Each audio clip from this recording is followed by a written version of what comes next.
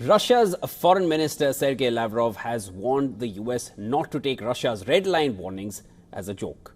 And this is after reports of the US and Ukraine being close to reaching an agreement on the supply of long-range missiles which could potentially reach deep into Russia.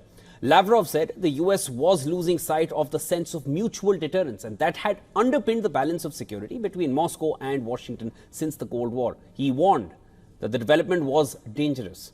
Meanwhile, Ukrainian President Volodymyr Zelensky has said the ministerial overhaul of his cabinet was designed to breathe new life into Ukraine's wartime government.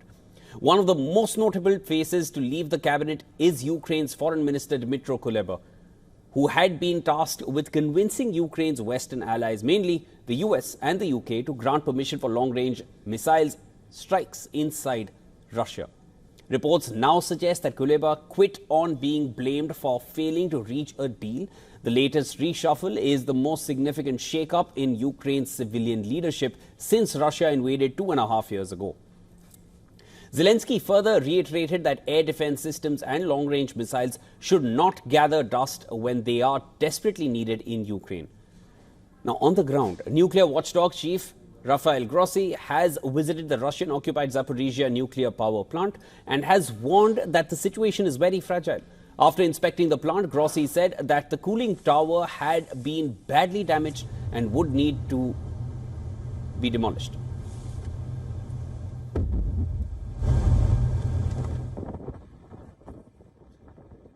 I am inside it, as you can see, where we can still see what remains of the structure that once was and which was consumed by the fire. Until today, we hadn't been able to get to this point high up in the tower, so we can assess in a much better way the damage that occurred. This big structure is not usable in the future, so it will probably be demolished at some point in the future.